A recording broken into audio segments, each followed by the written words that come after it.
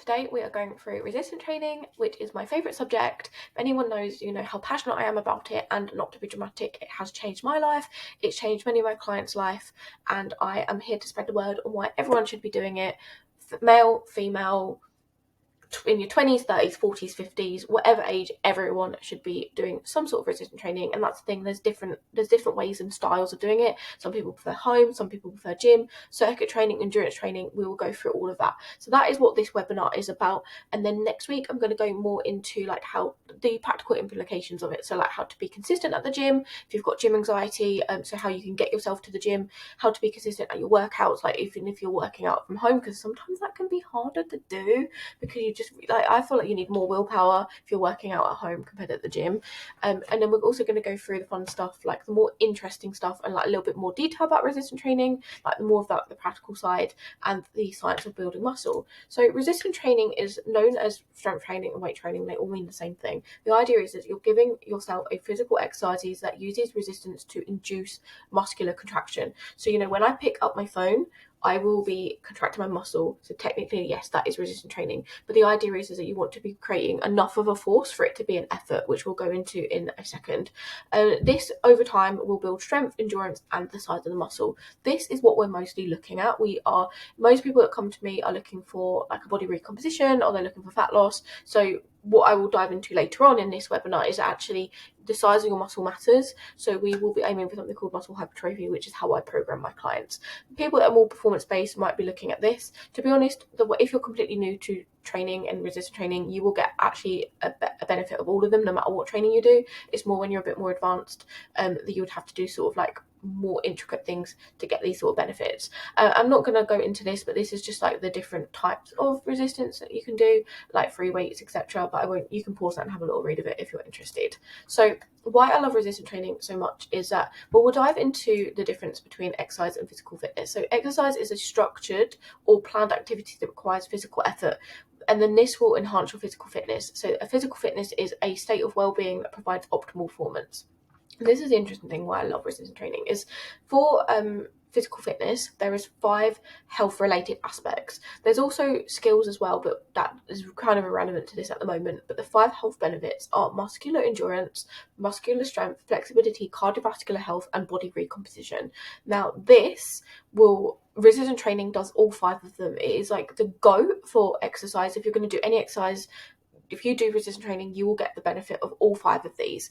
Of course, the ones in red are going to give you most of the benefits. So, of course, like muscle endurance, muscular strength, and body recomposition. So, body recomposition effectively is the proportion of fat-free mass that you have. So, some people might define the word like skinny fat, where it just means that they've still got they're quite a small human, but they've still got quite a lot of fat on their body, but they appear small, but they actually just don't have a lot of muscle. And that's all that fat-free mass is. It's things like your organs and it's things like your muscle.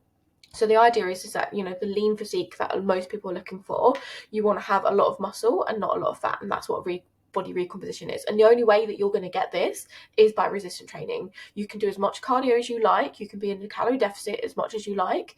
But if you're not, building muscle while doing that, you won't have the body composition goals that you're probably looking for. So why I love resistance training, again, did I skip something? No. So resistance training has shown that it does improve your body image. It's physical self-worth, self-esteem, and overall confidence, which is just amazing. We live in a world where we're bombarded with so many things, so many life pressures. So if resistance training is going to improve all of these, then like why would you not do it?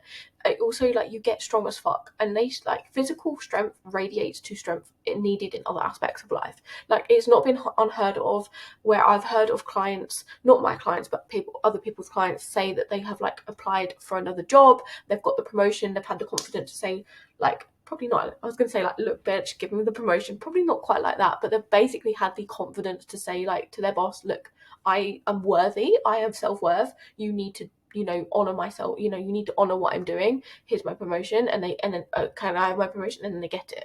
So I just think like that is absolutely amazing. Like, you can lift weights and get strong, and it feels so good when you lift weights, like when you actually get that PB, when you can lift something you haven't been able to lift before, and you're actually progressing and you're working on your goals. That, trust me, if you haven't felt that feeling, it feels absolutely incredible. Like, I love going to the gym, and when I get a PB, I just that inner like victory just feels absolutely incredible. It also reduces aging, so this is something that's really, really important, and this applies to any age. So even if you're like 16, you're like, I've never even touched a weight before, there's no set time. You will still get huge benefits even by just starting at any age. So this graph is really interesting. Like, it shows muscle mass over time. So this is from the age of 30, because unfortunately when you hit 30, that's when it starts rapidly decline, and you can see the rapid decline from the age of 40 to 60 and how much muscle mass you lose. And that might not sound like a lot at the moment, like, oh, okay, yeah, 27% of your muscle mass is lost, but your muscles are what moves you. It moves you. It's your metabolism. It's how much you can eat. It's your physical, like how physically fit you will be. You need your muscles to move, and if you don't have that, or you have a reduction of it, that is going to affect your life. That is why people struggle to climb up the stairs. That's why they can't keep up with the kids. So this is why, and the good thing is that you can reduce this significantly. Like, if not, you can make this go from this to like this, because of course, as you age, you will decline. You can't do anything about that. But it goes from this to more like this just by resistance training. So to me, that to me is a number one reason why we should all be doing it. And also, you don't need to do a lot of it. A lot of people think, oh, you need to go, you need to resistance train an hour 4 times a week. No, to be honest, you will get the most benefit from doing it for 20 minutes. The first 20 minutes of any exercise is where you get the most benefit, which is a fun fact, and it's why I encourage everyone to do some sort of exercise. The best form of exercise that supports aesthetic goals. So this is like one of the things I will focus on, because a lot of people come to me because they want to lose weight, because they want to look good in a bikini, they want to look good, for the wedding or whatever, etc., or they just want to look good in general. And I've mentioned it in another slide, like, we shouldn't demonize that. A lot of people are like, oh, you shouldn't have aesthetic goals, you should work out to have fun. Like, yeah, you should work out to have fun, absolutely, but there is nothing wrong with having an aesthetic goal. There's nothing wrong to wanting to feel good in the skin you're in. Yeah, okay, we're going to go into a can of worms on this one. Like, there is elements of like what's realistic. Like, there's so many, I mean, I struggle with this sometimes. Like, when I look at other fitness, I mean, I'll just call myself a fitness influencer. I'm not a fitness influencer, but you know what I mean. I look at them, like, they have these really like strong athletic bodies. I'm like, I will never have that. But yeah, okay, we've got to be realistic to what we can actually achieve and what we should achieve, and like the realms of going there to get there. But the point is that resistant training will support those aesthetic goals, and if you want to look good in a mirror, that is absolutely validated to do so. It has so many health benefits as well. Like, it will increase your metabolic rate. By building muscle, you will increase your metabolic rate, which means you can eat more. Now, grant it's not as much as people make it out to be, but why do you think men stereotypically can eat 2,500 calories and women can eat 2,000?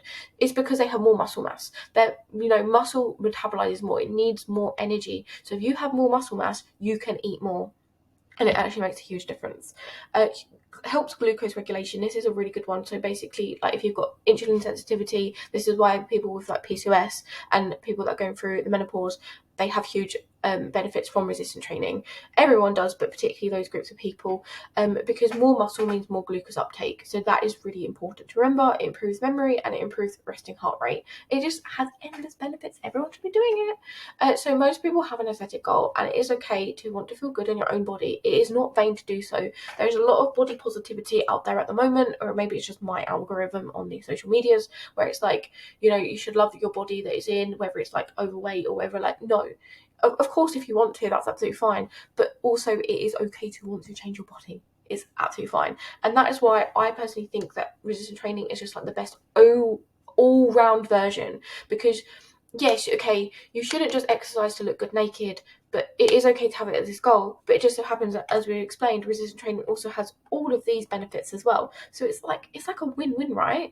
And it makes you look good in a swim costume, and then also it helps you fight the impacts of aging. Like, again, why would you not want that?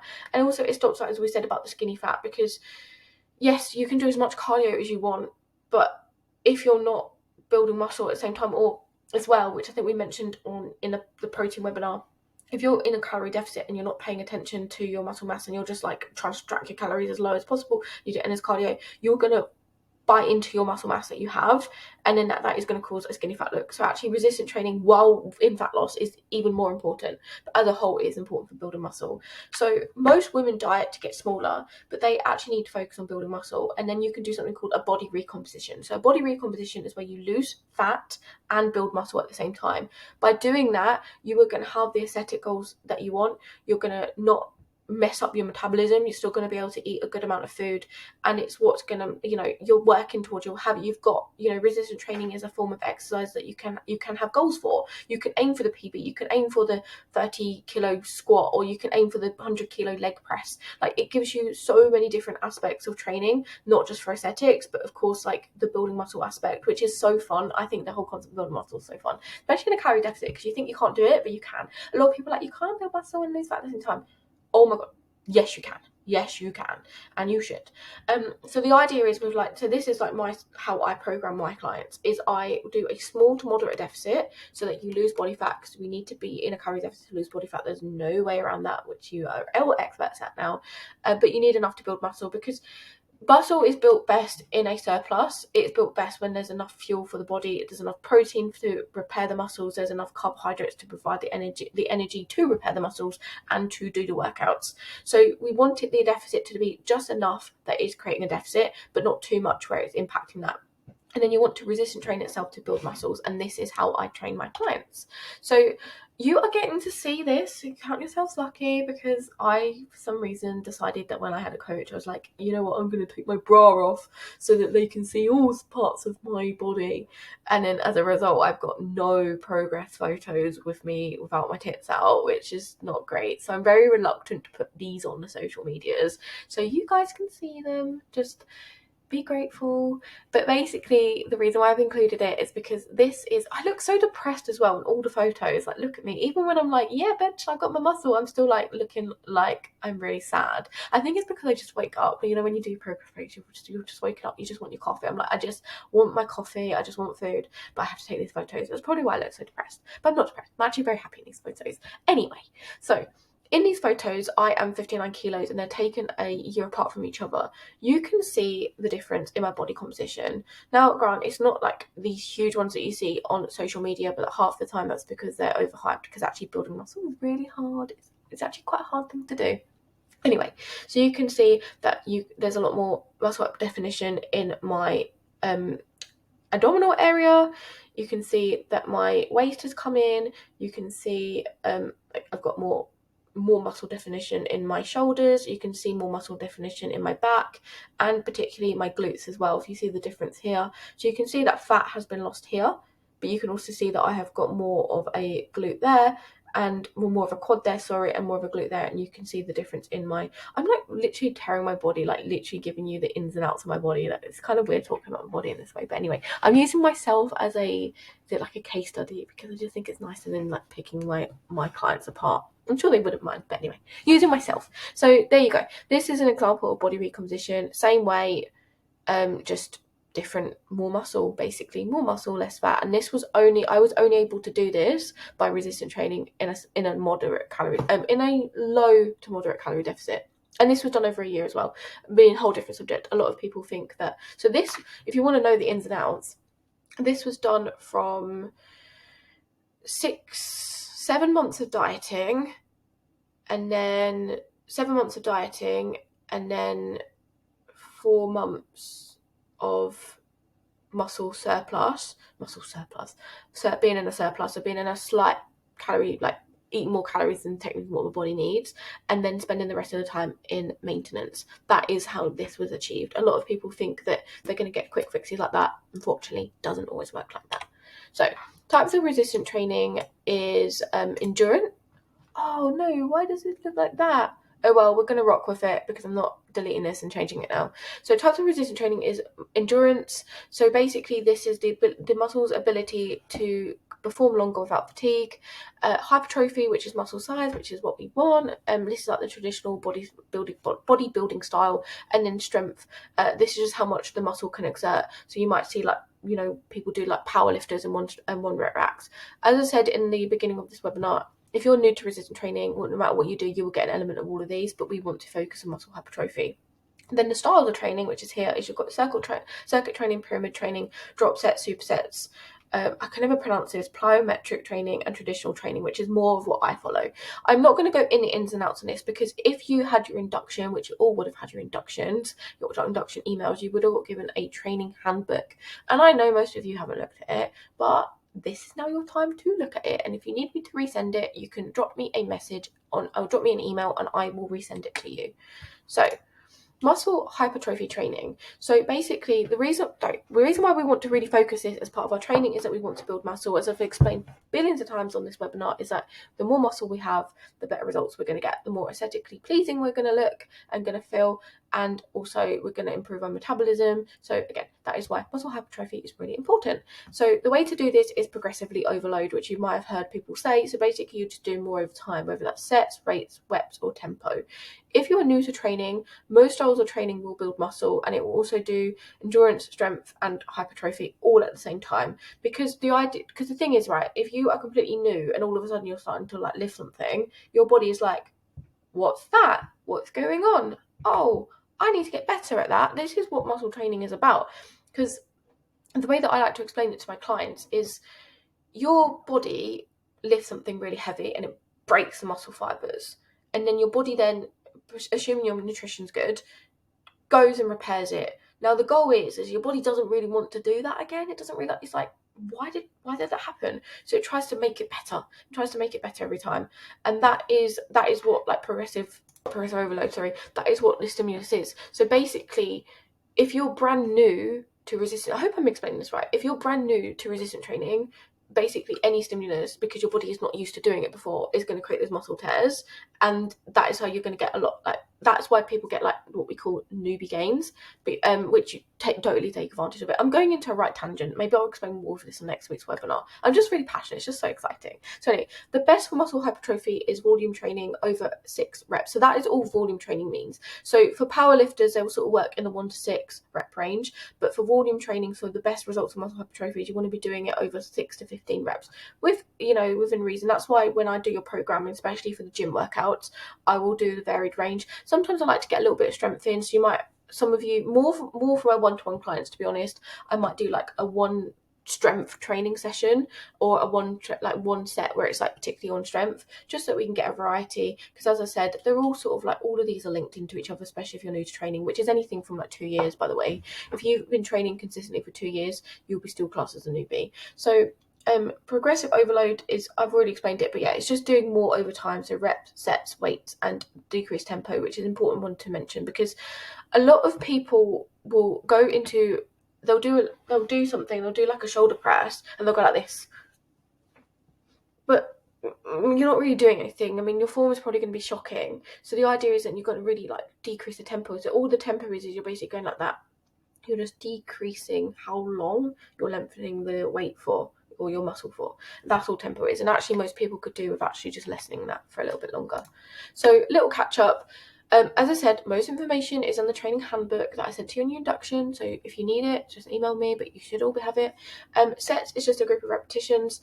Reps is just the number of times that you do that exercise in a set. So if I say like do 3 sets of shoulder presses, which is this, it just means that you're going to do one, like you might do 8 reps. You do 1, 2, 3, 4, 5, 6, 7, 8, done, rest.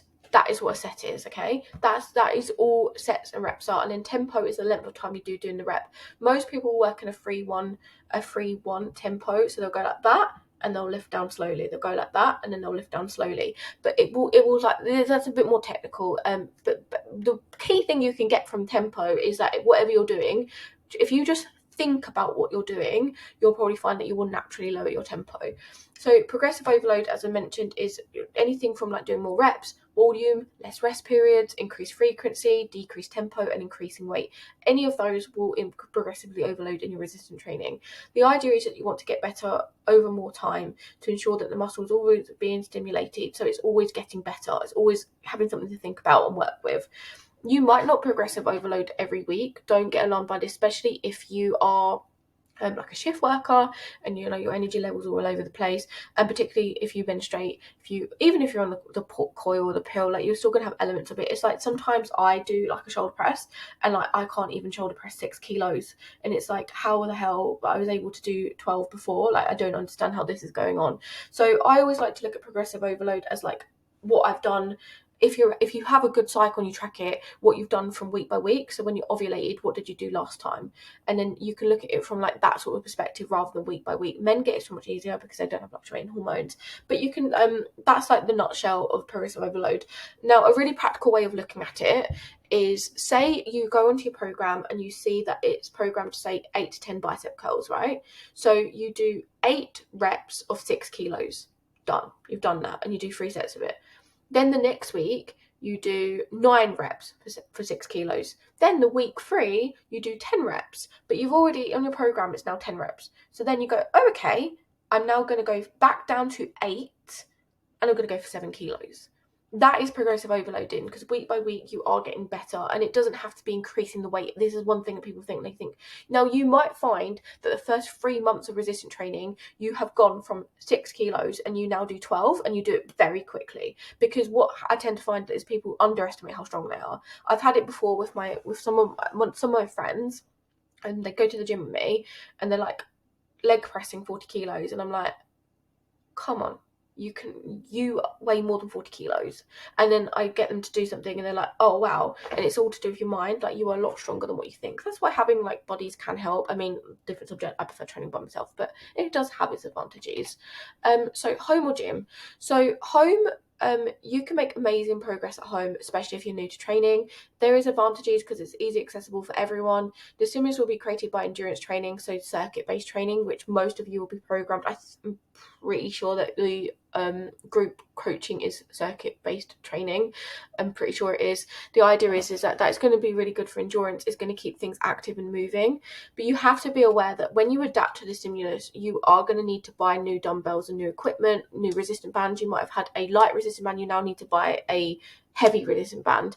And the shelf life, in my opinion, is around 6 months to a year, unless you're willing to invest in more home equipment, because there's only so much resistant a resistant band can give you.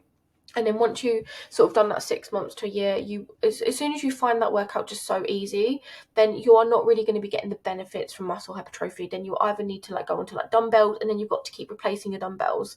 That is why I prefer gyms, because there's just endless different types of equipment. They've got loads of dumbbells. You know, dumbbells can go up to like 50, 60 kilos per dumbbell. Like, you won't ever outgrow it all. It's easier to make progress. There's such a range of equipment. It can be harder to get to, and I appreciate that for people, and some people do suffer with gym anxiety. It is my preferred place to train. Like, I see the gym is like my outlet, it's my safe place, and it's just where I can get away from all, like, if I, back in the days when I was doing home workouts there, it's like, this is my living room, it's where I relax, and now I'm doing training. I found that really hard to get my mind across. It's also harder to get bored at the gym. Like, there's so many different styles of training. Like, you either do like supersets, because you can go from one thing to another thing. You can do like strength-based training. You can like really have like one deadlift. You're like, you know what, I'm really going to aim for like lifting really heavy on this, but it's harder to do that at home unless you've got the equipment. So I'm a massive fan, but you know what? I always say to people, if you really don't know, just start off at home. And most of my clients who start off at home eventually go to the gym. And when they I love it. I love it when they're like, Bex, I'm thinking of joining the gym. And like, I'm like, please, let me check it. Oh my God, I thought I actually cracked the thing. Oh my God. I actually thought I deleted it, but I didn't. I just got too excited. So yeah, it's such an, oh, there we go. Where am I? There we are.